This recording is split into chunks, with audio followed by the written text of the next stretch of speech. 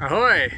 Michael Tillinger here, and welcome to one of the most frequently visited stone circles here in Waterfallboven, South Africa, what we call the Anunnaki Welcome Circle, one of the earliest landing sites of the Anunnaki here on Earth.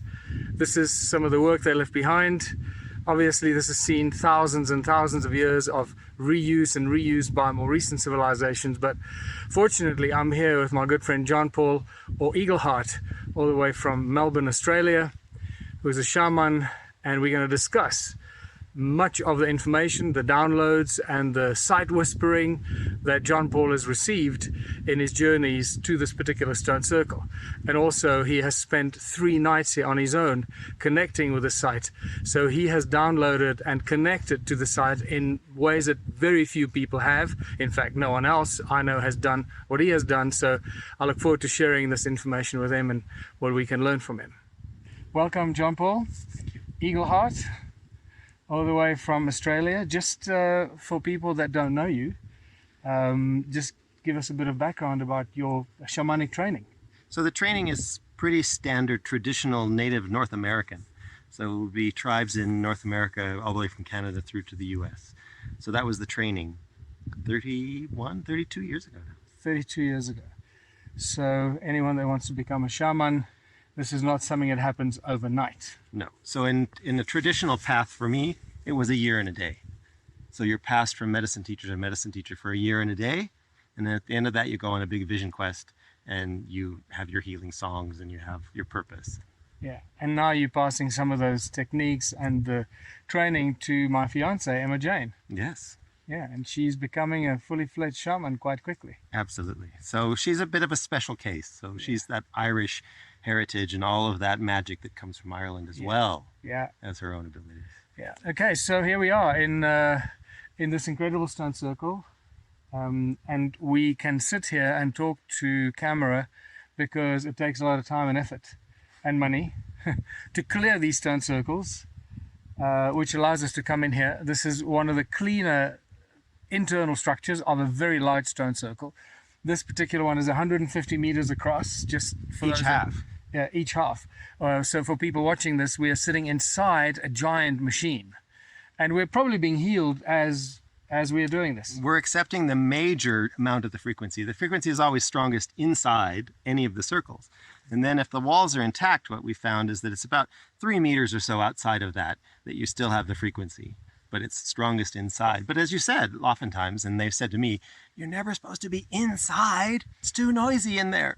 Yeah. Interesting. One of the recent stone circle research groups that I had, one of the people on that journey with me said that the moment they walked into the stone circle, it wasn't this one, it was actually all of them, but the first one they experienced, the moment they walked in, they heard noise in their ears. It was like, ringing in their ears and noise in their ears, which is interesting. Like you said, it's too noisy in there. It's a machine. The very first circle you brought me to, down at the bottom of the hill, I went in and tried to find a very quiet place, and I sat down next to a wall, and it was just this loud kind of white noise. Yeah. And the spirit said to me, come outside. It's easier to talk outside. So look, there's so much to discuss. Obviously, there's the origins of the stone circles, the Anunnaki connection, the energy, why it was built, for what purposes it was built, and so forth. And this particular stone circle is very special, as you deduced from your connection with the guardians, the spirit guardians of the stone circle. So why don't you just tell us more about that? Well, when we first got here, the very first trip here, we stopped on a hill where you can look down and see these 2 conjoined circles. And the spirit that met us was this welcome. It was an Anunnaki, very, very tall spirit that was kind of the host, and his job was to welcome people to this site.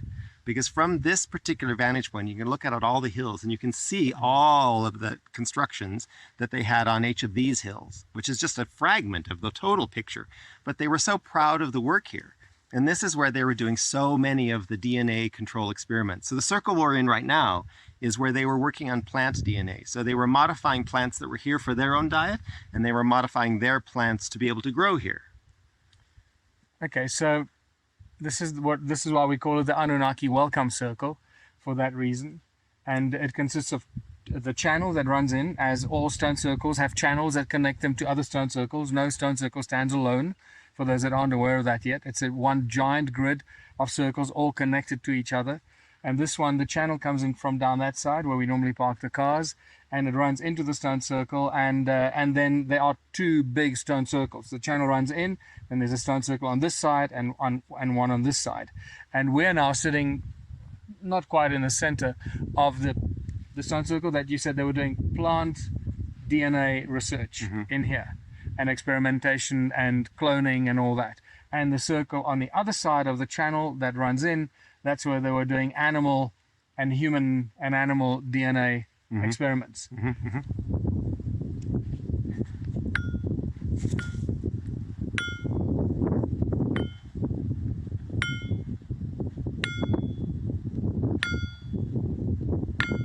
There's just so much to talk about, but just talk a little bit about why the toroidal field. So when you've got a circle like this that we see flat and we see a circle, but what's really going on here is this toroidal energy. So maybe explain how these circles form that. Yes. So first of all, for those that haven't yet figured out the what I call the nature of reality, and the real big aha moment realization that everything in our nature reality, everything in the reality we find ourselves in this density of our planet, this 3D density, and beyond, but everything manifests in physical form, and everything manifests, whether it's physical or non-physical, or whether it's atoms, galaxies, the Earth, the solar system, atoms and molecules, etc., etc. Everything manifests in toroidal shape. And it starts with sound. Sound itself, when sound comes as a source of creation, and sound, resonance, and frequency are the sources of creation, of physical manifestation, that manifests in a toroidal field, a perfectly, beautifully balanced torus.